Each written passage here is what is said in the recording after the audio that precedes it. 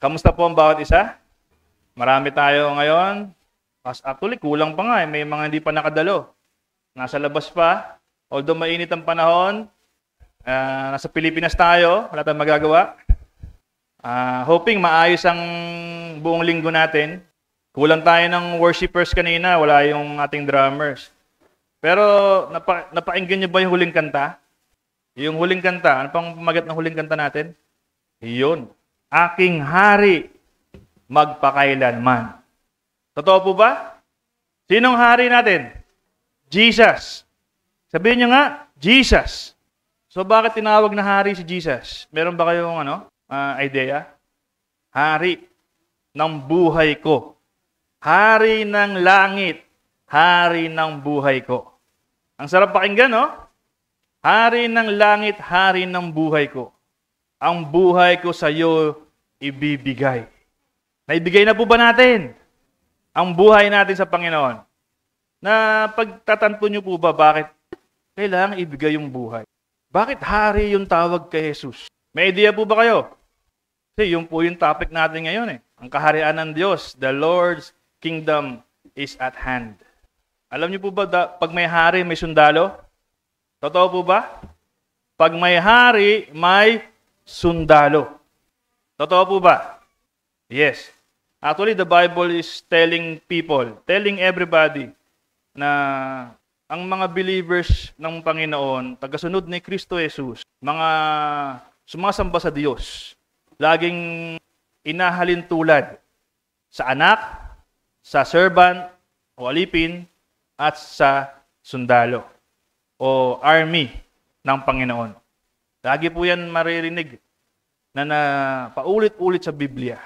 Anak, alipin, sundalo. Yan po ang relationship natin sa Diyos. Sabi, pag ikaw naniwala sa Diyos, sumunod sa Diyos, pwede kang tawaging mga anak. Anak muna, anak. Diba? Pag nagawa mo na at sumunod ka na sa kalooban ng Diyos, sabi, ikaw ay alipin ng Diyos. Tagasunod ng Diyos. At dahil sabi sa mundo natin, na ginagalawan. Anong sabi po ng Biblia about sa mundo na ginagalawan natin? Ang mundong ito, sabi po ng Biblia, ay hindi sa atin. Ito po ay govern in English. Noong una, ito po yung history ng Bible na mababasa natin. Sa simula, gumawa ang Diyos ng langit at lupa. Para ito sabi, pamahalaan, pamunuan ng kanyang mga nilikha. But then sabi nga, nagkaroon ho ng rebellion sa langit. Si Lucifer, si Satanas, ang kaaway, nagrebelde sa Diyos. Dati ho siyang anghel. Mababasa ho natin sa Biblia, isa siyang anghel. Mayroon po siyang katungkulan sa kataas-taasan. But then, because of pride, because of envy, ambition, na maging katulad din ng Diyos, kinain ho siya, nilamon po siya kanyang ambisyon na maging kagaya rin ng Diyos. Hanggang siya ay malugmok o i-cast down sa lupa dahil sa kanyang pagre-rebelde. Mababasa niyo yan sa Biblia. All throughout the Bible, sinasabi ho na may rebellion na sinasabi ang Biblia. Nagrebelde sa Panginoon. Sabi, 1/3, yung mga anghel sa langit, sinama niya para magrebelde sa Panginoon. So, nagkaroon ho ng, sabi nga ho, division. From the start, may division na. Yung kaharian ng Diyos at yung kaharian ng mga rebelde. Doon na ho nagsimula yung pagpasok ng kasalanan sa mundo. Kaya ho na, sabi nga, natukso si Eva at si Adan. Sino una natukso? Si Eva at Adan. Hindi si Adan at Eva, ha? Si Eva. Importanteng maintindihan nyo na yung babae yung natukso. Pero Mother's Day ngayon, sige, yung lalaki na lang. Ang scripture po is, sabi nga, ang kaaway, hindi naman niya inatake si Adan at si Eva. Ito po ay niloko niya. Nilinlang. And then sabi, dahil doon sa paglilinlang ng kaaway, sabi ang kaaway kasi sa Biblia, sabi, is the father of all lies. Deception. Panlilinlang, panloloko. Yan po ang kanyang special power. Ang pagsisinungaling, panloloko, ay hindi sa Diyos, kundi sa kaaway. Yun po yung unang ginamit ng kaaway para po tayo ay masadlak sa kasalanan. So dati, pinamumunahan tayo ng Diyos dahil hindi tayo sumunod sa Diyos. Kasi may utos po sa atin before, di ba? Hindi tayo sumunod sa Diyos. Yung si Adan na si Eva, sabi, huwag mong kainin yung pinagbabawal na prutas. Huwag mong galawin yung puno sa gitna ng hardin. Meron hong instructions. Pero hindi ho nakinig yung tao dun sa instructions. Binaliwala ho yung kautusan ng Diyos. Pinakinggan yung bulong ng kaaway. From there, sabi po ng Biblia, simula noon, pumasok ang kasalanan sa mundo. And the world was governed, pinamumunuan na ng kadiliman. That's the whole start ng storya ng Kingdom of Light versus Kingdom of Darkness. Now, sabi ng Biblia, asan tayo? Asan tayo ngayon? Sino ang namumuno sa mundo? Nabasa naman ho natin yan sa Biblia. Sino daw ang namumuno sa mundo? Ang kaaway. Kaya nga sabi ho ng Biblia, pag ikaw kakampi ng mundo, ano daw tayo? Kaaway ng Diyos. If you are a friend of the world, you are an enemy of God. Sabi ho ng Biblia, do not conform to the pattern of this world. Bakit po? Kasi yung galawan ho sa mundo ay hindi sa Diyos. Eh Kuya Lori, dito tayo nakatira eh. Dito tayo namubuhay sa mundo. Kaya sinabi rin ho ng Biblia, nilagay tayo dito for a reason. Hindi lang para mabuhay. Okay? Kasi simula ho nung pumasok yung kasalanan sa mundo, lahat ho tayo patay. Simula nung pumasok ang kasalanan sa mundo, sa buhay ng isang tao, lahat po tayo patay. Kasi sabi, pag ikaw wala sa Diyos, ikaw ay patay. Ikaw ay nasa kadiliman. Ang hiwalay sa Diyos ay nasa kadiliman. Bakit po? Kasi po ang Diyos ang nagbibigay buhay. Totoo po ba yon? Ang Diyos ang nagbibigay buhay. Ang Diyos ang liwanag. Lahat ng mabuti ay sa Diyos. So pag ang tao pala wala sa Diyos, anong ibig sabihin? Wala sa Kanya ang buhay. Wala sa Kanya ang liwanag. Wala sa Kanya ang buhay na maayos at tahimik. Kasi po, ang sabi po ng Biblia, pag hiwalay tayo sa Diyos, tayo po ay nasa kadiliman.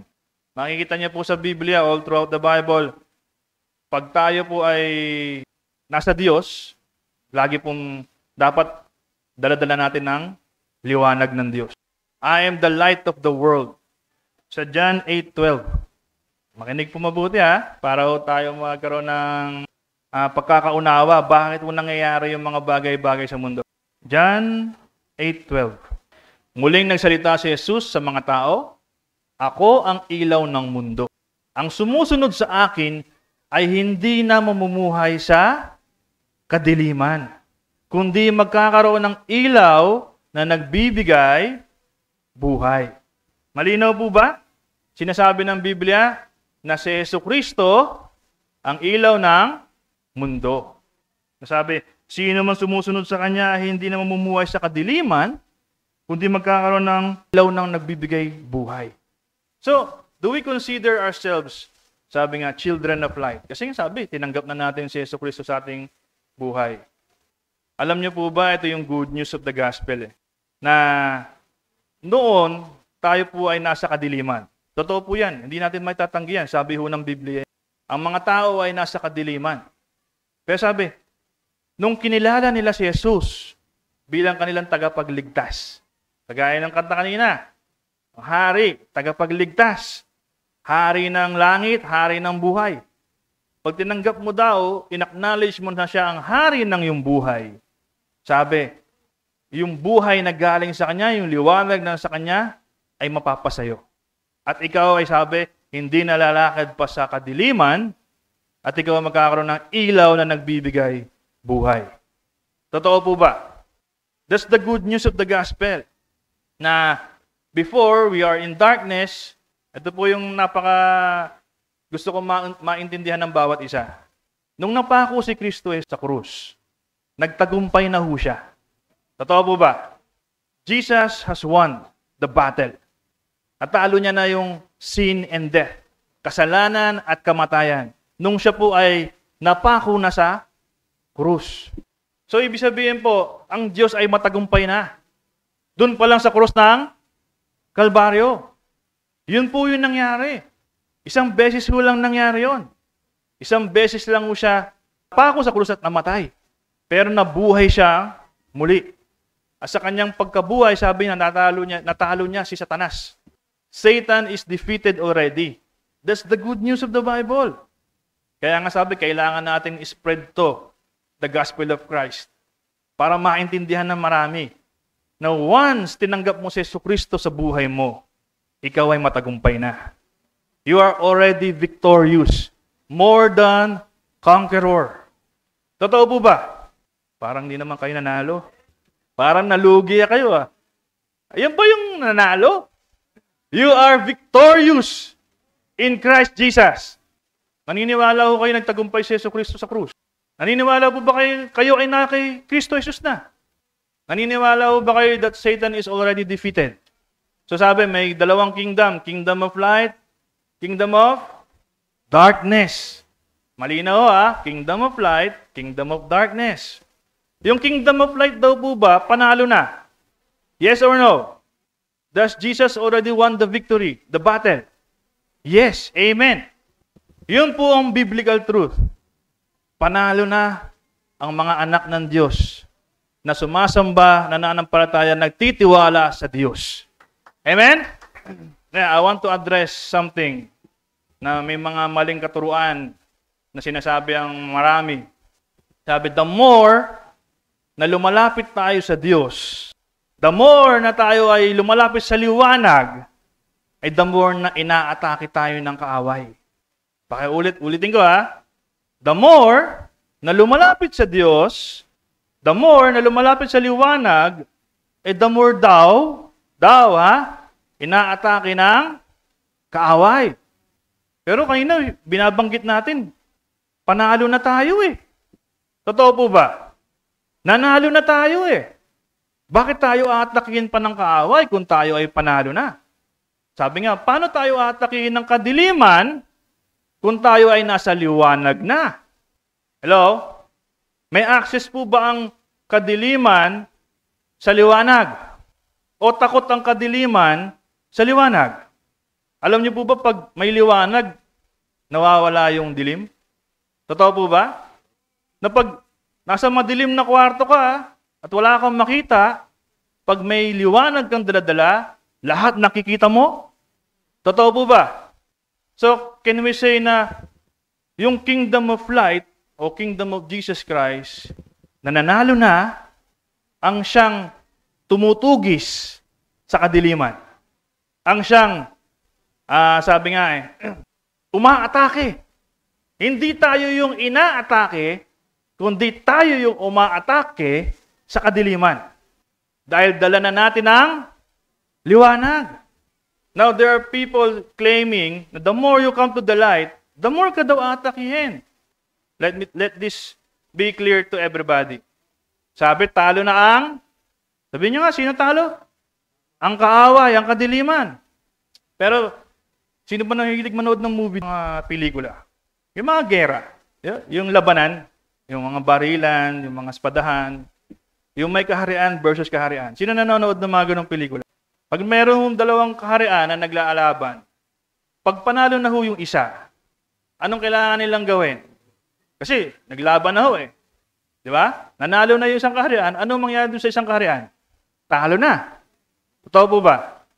But then, sabi, doon sa kaharian na yun, hindi pa lahat nauubos yung kawal. Totoo, hindi. Kasi meron mga kawalan na matay na, may mga kawalan sumuko na. Kasi nahuli na, na-corner na sila nung pinaka-nanalong panig. So, itong nandito sa kabilang kingdom na natalo na, sabi, may mga nilaan niya mga traps, mga patibong. Na pag pumunta yung winning side doon, sabi na, kahit hindi kami manalo, basta makasugat kami, basta makasakit kami, kahit pa paano. May mga patibong silang nilatag. And ang tao po, pag sundalo ho tayo, di ba pag may mga, kalaban mo, terrorist, mahilig po magtanim ng mga bomba yan eh. Hindi din niyo po, mga bomba, kuya yung mga booby trap. Pag yung matapakan mo, boom, sabog. Pag punta mo, titira sa'yo na pana kasi may na-trigger ka na trap. Ganun po yung senaryo ng mga tao sa liwanag. Pagpupunta sila sa kadiliman. Ang mundo po, sabi, nasaan daw ang mundo? Nasa kadiliman. Tayo po yung nasa liwanag, tayo po yung panalo. Pero dahil sobrang laki ng mundo, sobrang laki na sakop ng kadiliman, sabi nga, maraming patibong ang kaaway. Now, in order to see those traps, yung mga patibong, anong kailangan mo daw? Liwanag. Kasi pag ikaw nasa kadiliman at pumunta ka sa kadiliman, may makikita ka ba? Wala. So kung ano man ang nandun sa kadiliman, lahat yun sasaluhin mo.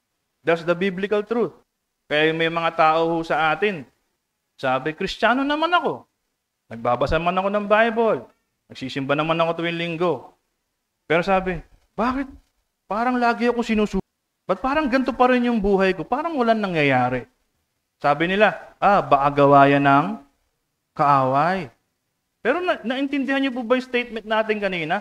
Pag ikaw nasa liwanag na, hindi ka na pwedeng magalaw ng kaaway. Sabi nga, tatakbo sa'yo yung kaaway. Tataka sila. Matatakot sila sa'yo. Kasi dala-dala mo ay liwanag. Sabi ng Bible sa Ephesians, put on the full armor of God. Ephesians 6, put on the full armor of God. Anong unang-una doon? Siyempre, gera. Anong unang panahon? Ano daw unang gamit mo dapat? Anong dala mo? Sandata. Kasi lalaban ka sa gera, wala kang sandata. Espada. Ano yung espada? Word of God. The Word of God is God Himself. Unang-una po yung Word of God.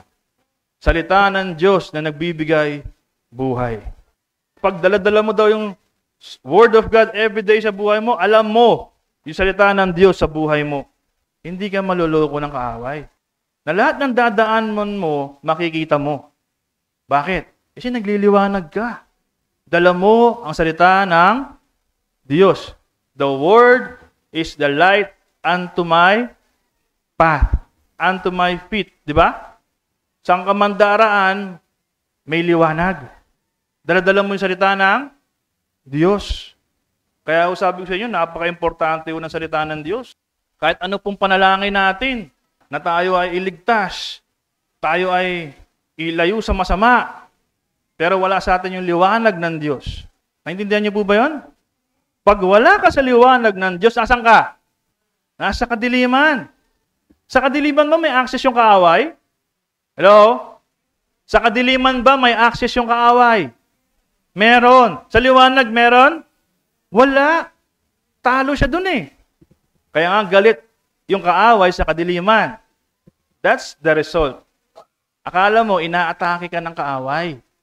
Pero dahil dala mo yung liwanag, nagre-react yung mga tao sa kadiliman. Ayaw nila ng liwanag. Pag nagkakasalubong ang liwanag at ang dilim, nagre-react yung kadiliman. Aggressive po siya. Naghahanap po ng butas. Kasi madidissolve po siya eh. Ma-expose po siya. Takot po ang kaaway sa liwanag. Na-expose sila hanggang sila'y mawala. Try niyo po sa madilim na kwarto. Buksan niyo ilaw. Makikita niyo pa ba yung dilim? Kaya huwag kayo papasok ng madilim ang kwarto. Kailangan bukas ilaw.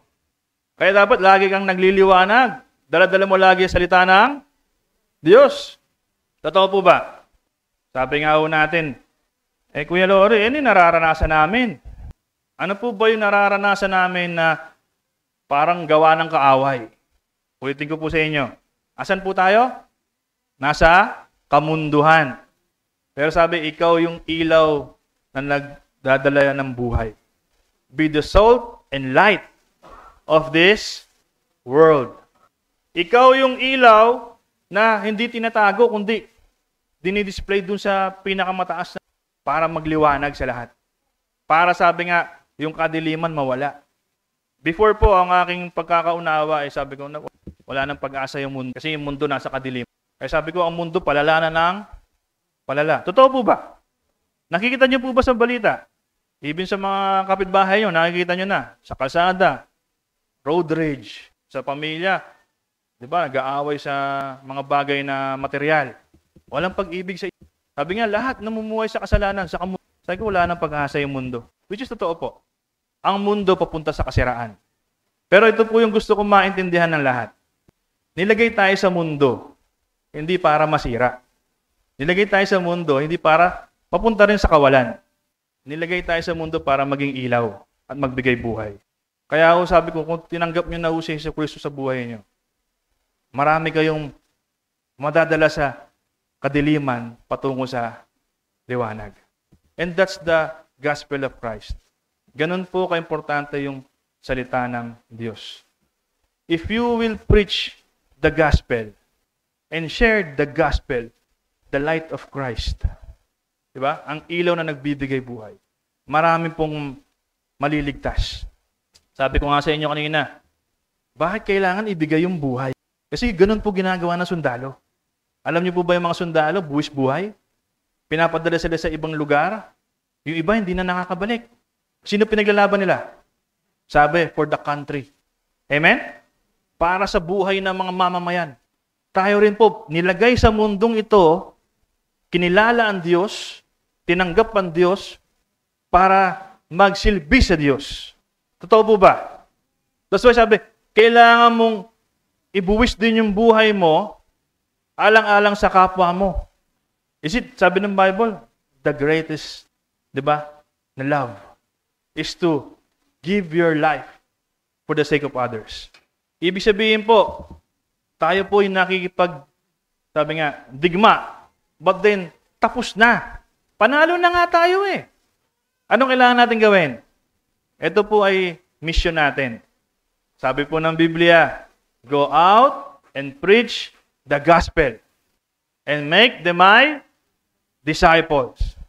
Tayo po ay nasa rescuing area na. Dahil panalo na ho ang Diyos. All we need to do is iligtas yung mga taong nasa kadiliman. Sabi nga, equip yourselves with the Word of God. Para pagpunta mo sa battlefield, pagpunta mo sa kadiliman, nagliliwanag ka. Ang sabi pa nga ng Biblia, kailangan hindi ka mag-isa. That's why you need the body of Christ. Kasi kung mag-isa ka lang, isipin mo, isang kandila sa loob ng isang madilim na kwarto. Walang kasama. Ano nangyari? Yung kandila po ba na uupos? Yung gasera po ba nawawalan ng gaas? Ng langis? That's why you need one another to strengthen one another.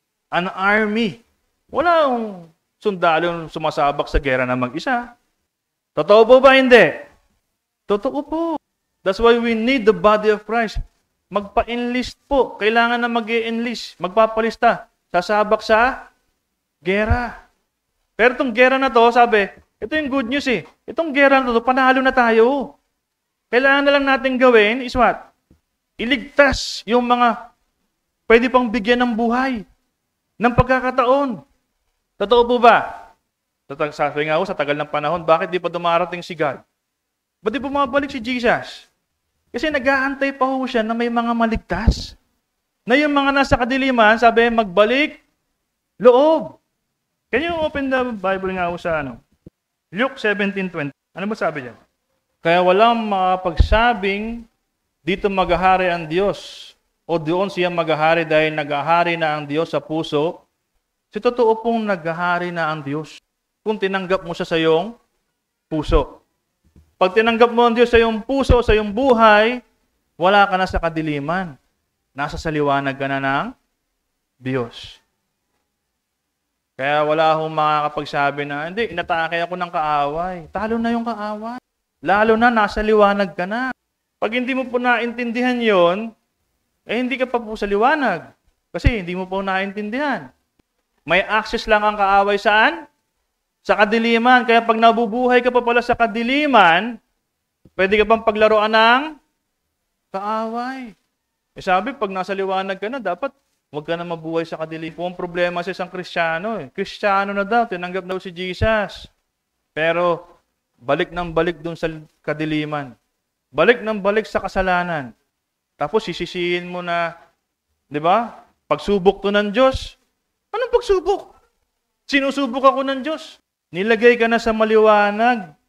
Balik ka ng balik sa kadiliman. Tapos sasabihin mo, sinusubok ka ng Diyos. Di ba pwedeng pasaway ka? Sabi nga, piliin mo yung buhay, pinili mo kamatayan eh. Totoo po ba? Tapos sasabihin mo, sinusubok ako ng Diyos. Hindi niyo po naintindihan yung word na sinusubok. Sinusubok lang o tinetest lang ang isang bagay para malaman kung gaano sila katotoo. Totoo po ba? Gaano sila katotoo? Kung hindi ka patotoo sa Diyos, bakit mo sinasabing sinusubok ka? Hindi niyo po yun? So, ibig sabihin, hindi ka sinusubok, kundi pinaglalaruan ka pa rin ng kaaway. Bakit? Kasi dinala ka na sa liwanag, balik ka ng balik sa kadiliman. Now, yung mga nagsasabi na inaatake daw ng kaaway, yung nasa liwanag. That is kasinungalingan. Pag binasa niyo yung buong Biblia, panalo na ang nasa Diyos. Sabi nga, no weapon forms against us shall prosper. Hindi ka natatablan. Naintindihan niyo po. Sipin niyo sa Ephesians 6, put on the full armor of God. Suotin mo yung balutit kalasag ng Diyos. May shield, may helmet, may espada, may boots, may sinturon. Naintindihan niyo po yun? Kahit may sumabog dyan, full gear ka, hindi ka tatablan. Totoo hindi. Sa pagtapak mo pa lang sa kadiliman, alam mo na. Nakikita mo na lahat ng patibong ng kaaway. Dadaan ka pa ba doon sa may patibong? Hindi na. Asay na yung liwanag ng Diyos eh. Kaya pag ikaw mananampalataya at ang kaisipan mo, ay inatake na naman ako ng kaaway. Lugmok na naman ako. Niloloko nyo po sarili nyo. Hindi nyo naiintindihan yung salita ng Diyos. Ito po yung katotohanan. Yes. Totoo po na pag ikaw sa Diyos, ikaw ay nasa liwanag na. Pero sabi nga, nasa kadiliman tayo ngayon sa mundong madumi, sa mundong magulo, sa mundong madilim. Sino kasama mo? Mga tao saan? Sa kadiliman. So si Satan, may access sa mga tao saan? Sa kadiliman. Kunya, sa pamilya. Ito po makinig po Sa pamilya, ikaw pa lang ang nakakaintindi ng salita ng Diyos. Yung mga kapamilya nyo ayaw sumunod sa salita ng Diyos. Nasaan sila? May access ba si Satan sa kanila? Meron. So, pwede nyo bang sabihin, sinusubo ka dahil dun sa kamag-anak mo, kapamilya mo na wala sa Diyos? Hindi. Wala sa Diyos. Kaya ma-encounter mo siya. Anong kailangan mong gawin? Magpatuloy sa liwanag. Sabi nga, makita nila yung liwanag ng Diyos sa buhay mo. Nang sa ganun, sila rin madala mo sa liwanag. Ito yung patibong. Dahil nga yung kasama mo sa bahay, wala pa sa Diyos, gagawa at gagawa yan ng mga bagay hindi sa Diyos. Pag pinatulan mo sila, that's the patibong. Hello? Malinaw po ba?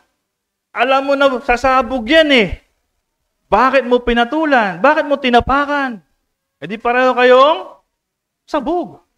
Tapos sasabihin mo, sinubok na naman ako ng Panginoon. Hello?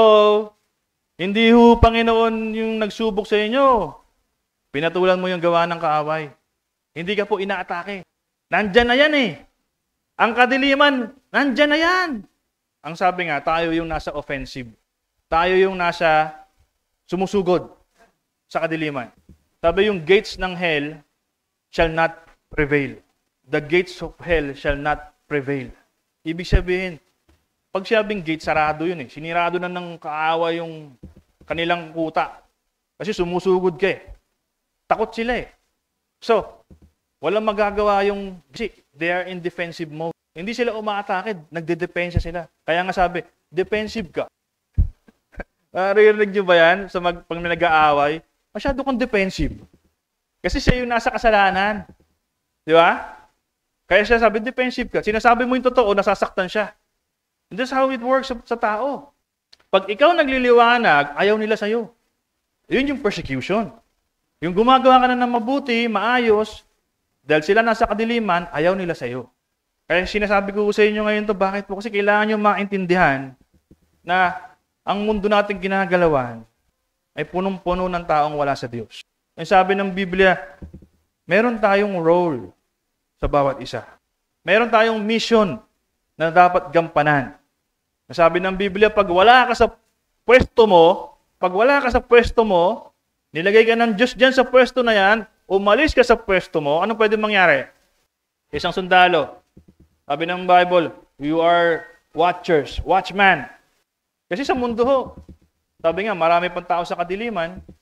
Sabi nga, kampo-kampo yan eh. Tingin niyo po ba sa arenda may stronghold ng kaaway? Alam niyo po ba yung stronghold? May kuta ang kaaway sa lupang arenda. That's why God needs people to overcome. Di ba? To attack this place na yung tao sa kadiliman, madala mo sa liwanag. Yung mga tao sa kasalanan, alipin ng kasalanan, mapalaya mo through the word, to the light of God. Ang arenda po, sa totoo po, lugar po ng mga inalipin ng kaaway. Broken, enslaved by the enemy. That's why we gather every now and then to study the Word of God. Para sa ganun, makapag-share tayo ng liwanag sa iba. May madala tayo from darkness into light. Dapat alam nyo yung mission nyo.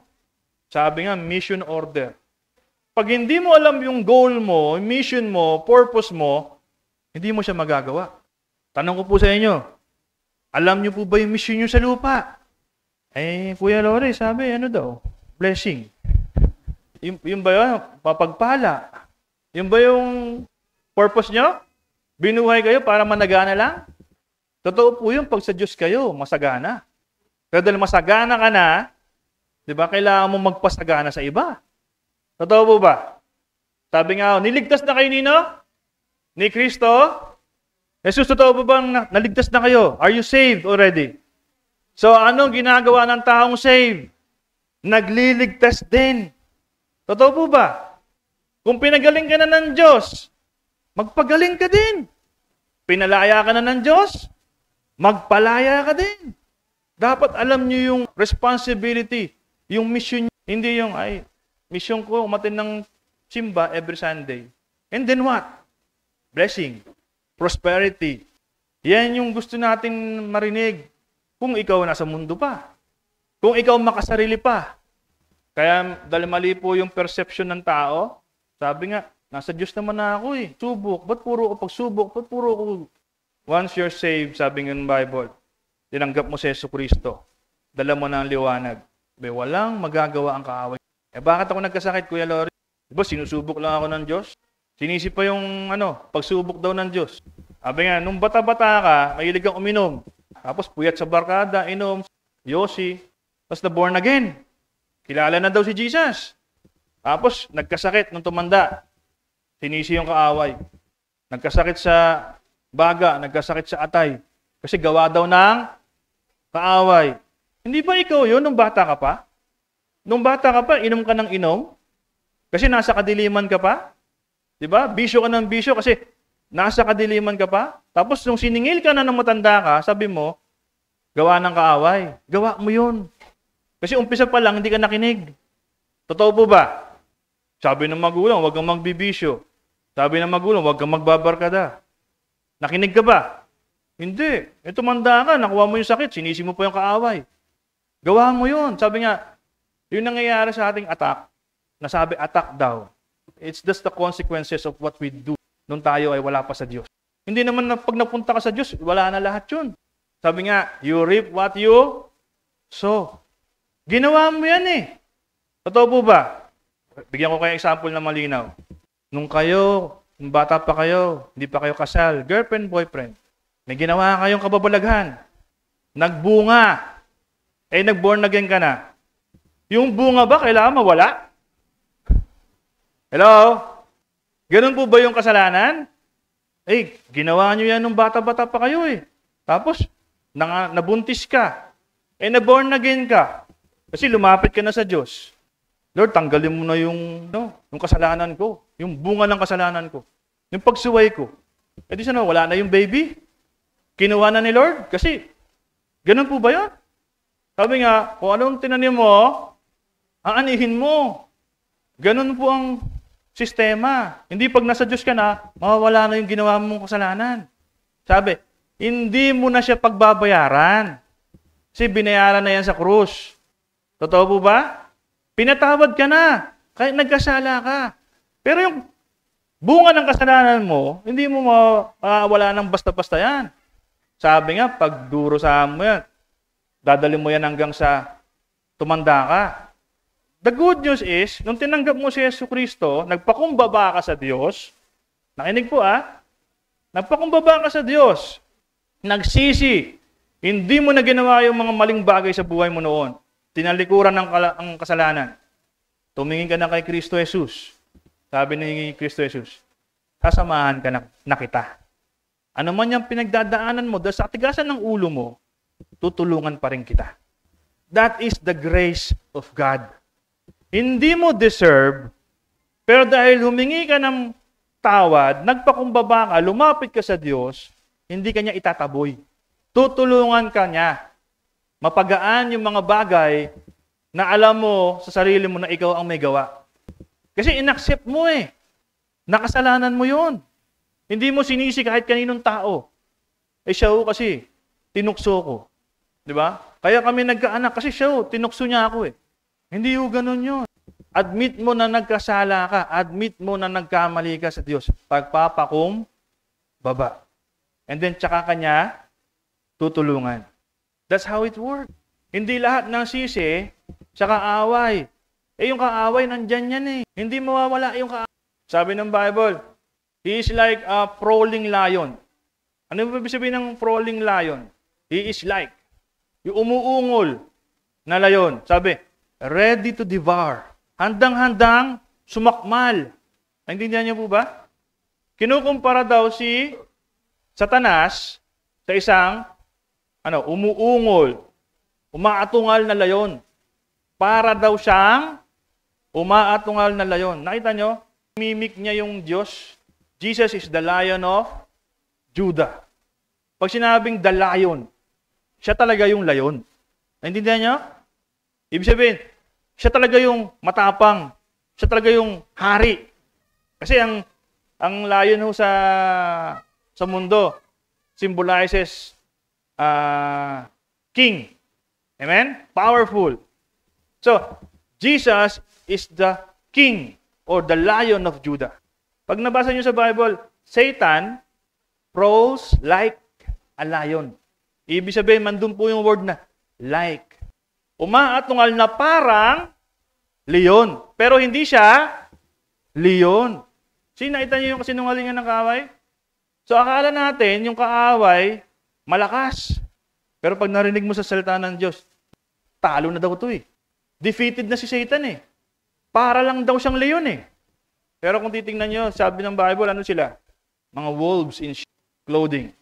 Mababang predator. Wolves. Kumpara mo sa lion. Hindi niyo po? Yung lion talagang, yun. Pero yung mga wolves sa pababa lang yan. Ibig sabihin, wala silang laban sa mga tao, nasa Diyos na. Now, if you experience these things, yung sabi nga yung mga bagay na pinagdadaanan, na sakuna. Puso ngayon yan. Babaltaan niyo po ba? Trahedya, sakuna. Aksidente. Di ba? Yung bigla lang road rage, papatayin, binaril bigla, nag-aalit kasi Sabi, Christian naman yun. Meron tayong mga ngayon, not to offend anybody or everybody. Pero ito po yung biblical truth. Naalala niyo po yung driver na nakaligtas dun sa retreat. Ano daw po siya? Seventh-day Adventist. Yung mga kasama niya, Seventh-day Adventist din. Alam mo yung story? Seventh-day Adventist. Pero sabi, bakit siya lang yung naligtas? Kung nakita niyo po yung itsura ng kotse, walang makakaligtas dun.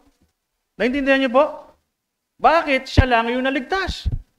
Nakita niyo siya mag-response dun sa may pagpapatawad, may pagpapakumbaba. Naintindihan niyo po?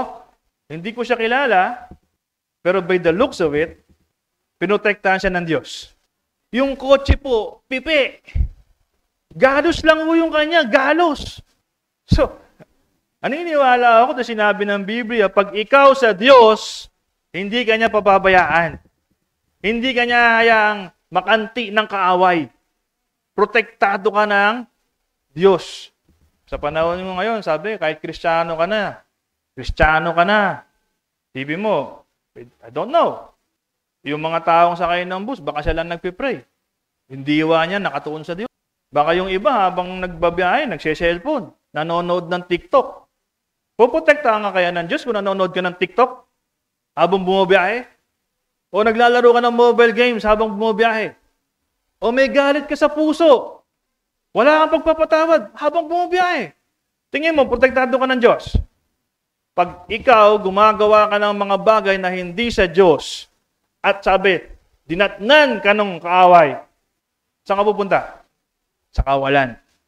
Sabi nga, yung kaaway, nandyan lang yan, nag-aabang. If dala mo ang liwanag ng Diyos, hindi ka niya pwedeng maging target. Sino tatargetin niya? Yung wala sa Diyos. Yung mga nasa kadiliman. Kasi po dito, ang sabi usapan po dito, kailangan natin silang ma-snatch, maligtas sa kamay ng kaaway. We need to do our parts. Totoo po ba? Sabi nga, I condemn, di ba? I rebuke every works of the enemy in the life of those people. Pag alis mo pa lang sa bahay, sabi, cover most precious blood. Protection over my family. Traveling mercy. You even pray for those people nasa kalsada. Lord, hawakan mo ang puso at isipan nila. Hindi kami madamay sa gawa ng kaaway. That's how they do it. Those people na nananampalataya talaga sumusunod sa Diyos. Humihingi ng gabay patnubay sa Diyos. Bakit? Kasi alam nila.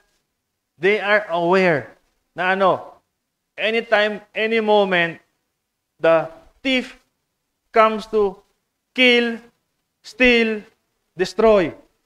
Sabi, malingat ka lang. Dumampi ka. Kaya, kung nabasa niyo sa Biblia, huwag kang humawak ng maruming bagay. Magpaparumi ito sa'yo. Huwag ka tumingin sa mga bagay na mga lalaswa. Nagpaparumi ito sa'yo. Pag may marumi ka sa buhay mo, nasaan ka? Sa kadiliman. Kaya lagi, paulit-ulit, Lord, samahan mo ako. Lord, gusto ko yung ilaw mo magliwanag sa buhay ko. Hindi ako magkasala. Hindi ako magkamali. Hindi ako makagawa ng masama sa kapwa ko. Hindi ako maging dahilan ng pagkakamali ng iba.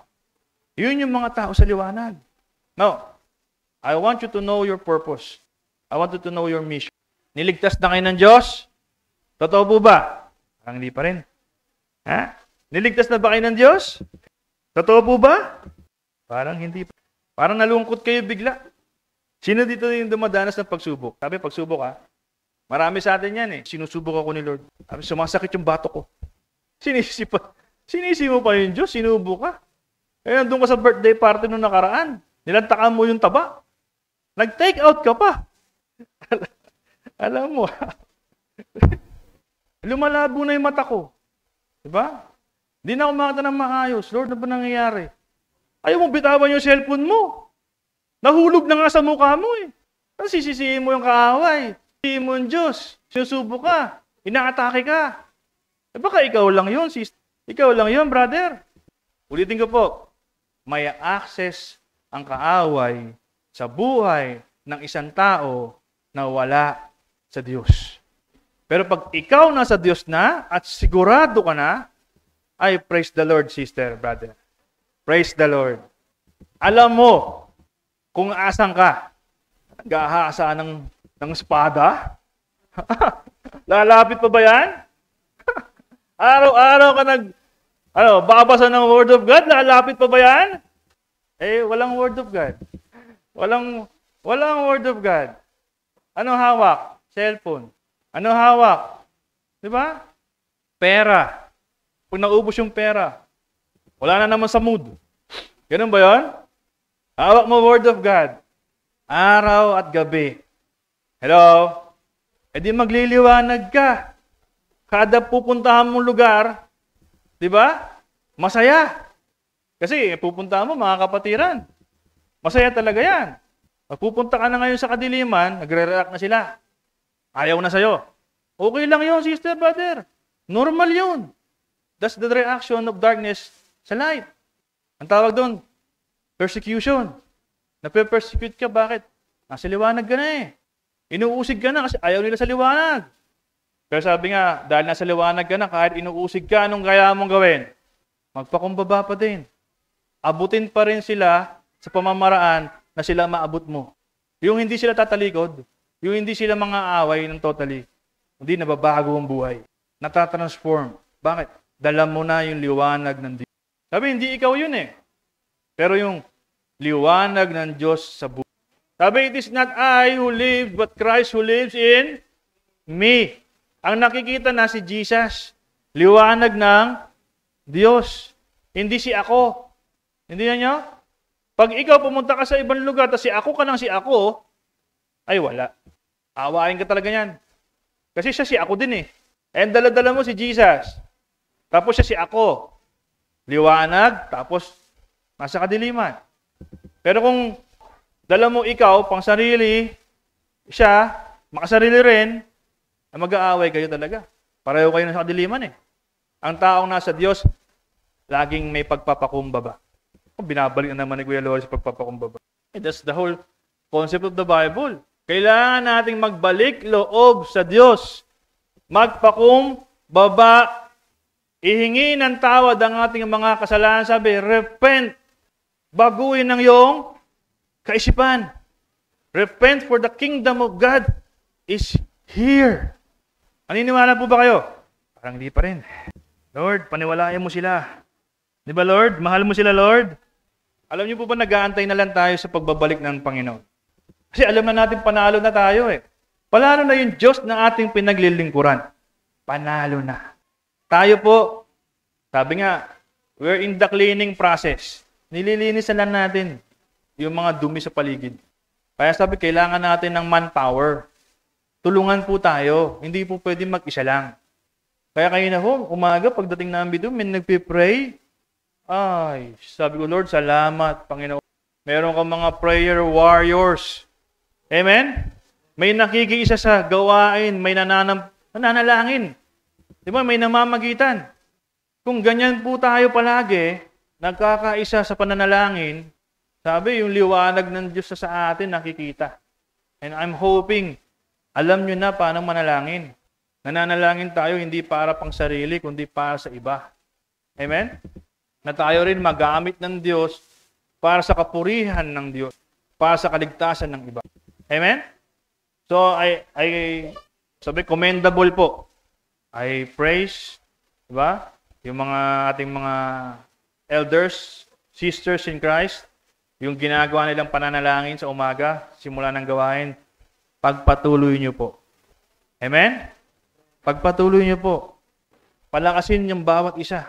Kaya yung kasama nyo, kanina nananalangin, isipin nyo mabuti kung sino ha. Pag nawala yan next Sunday, kamustahin nyo, ha?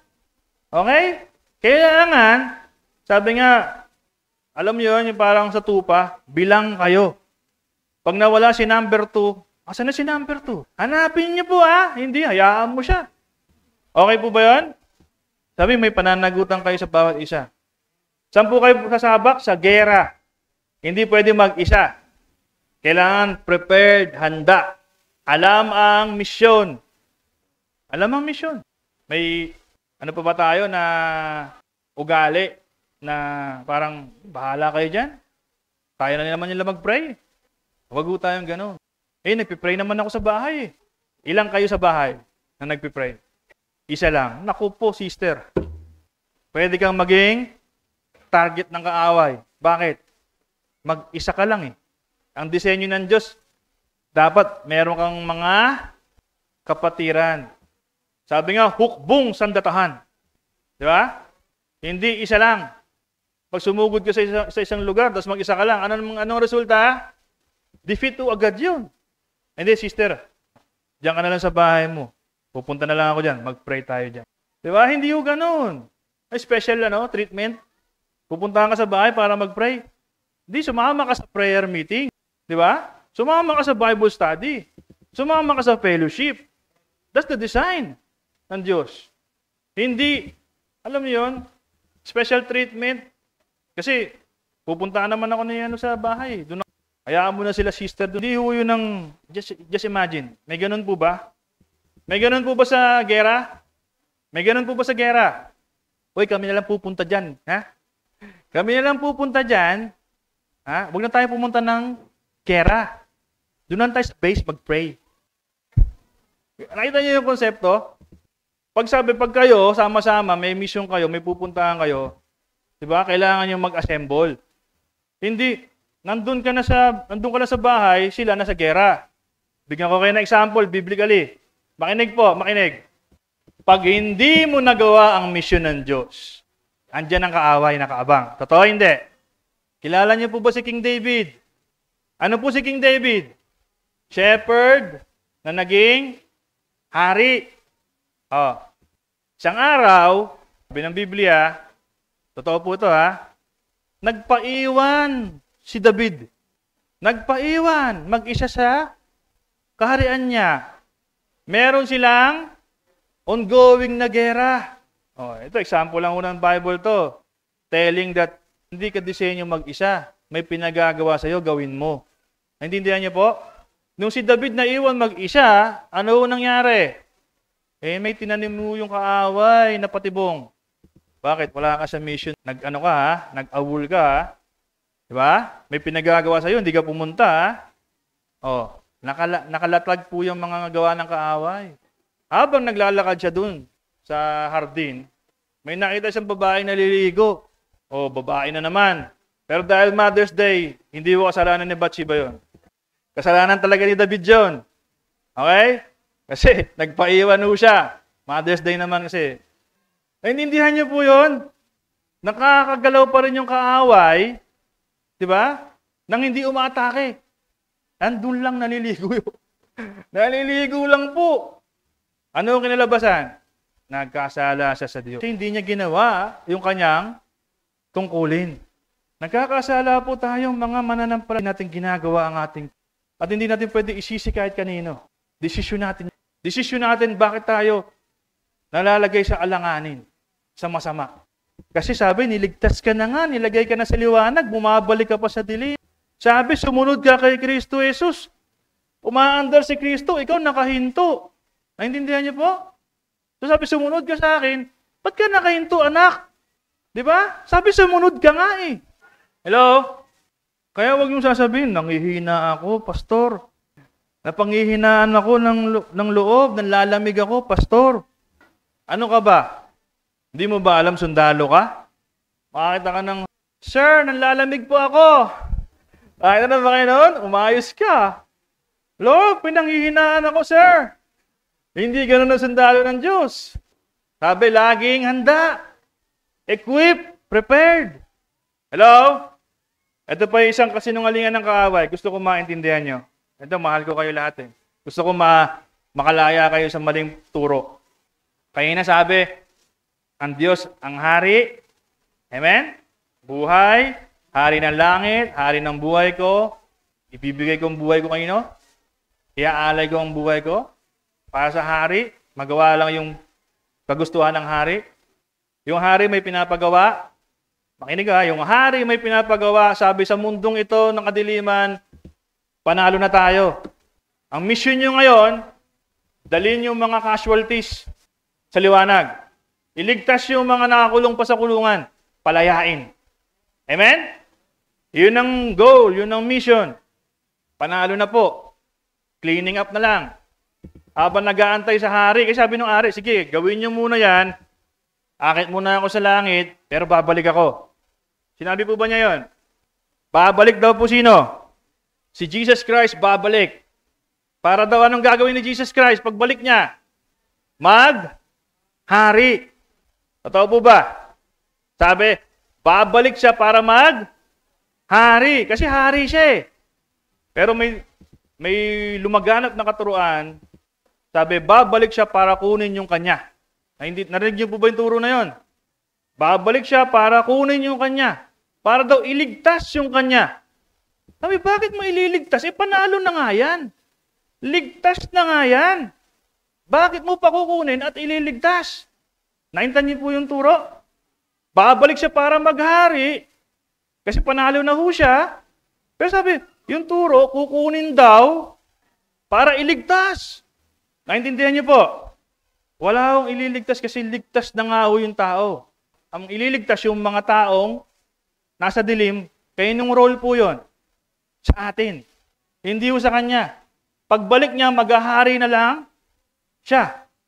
Sabi kay Kuya Lori, yung rapture, dadalhin daw sa langit. Pag binasa niyo po maigi, you will be caught up in the heavens, in the skies. Paano daw umakyat si Jesucristo? Ganon din siya. Babalik. Sinabi ba ng Bible yon? Paano siya umakyat? Ganon din siya babalik. Now, pagbalik po niya, anong ginagawa po sa hari? Pag lumalakad na papunta sa trono, wini-welcome po ang hari. Those people who are saved already, who's doing the will of the Father, the army of God, waiting for the returning King, they will welcome Him in the skies. Just imagine the picture. Dumarating si Jesus, wini-welcome ng mga taong nananampalataya sa Kanya. Bakit? Hindi ka aalisin. Ba't ka aalisin? Maghahari nga siya eh. So, pag sabihin, naghahari siya dito, wala ka. Naintindihan niyo po yun?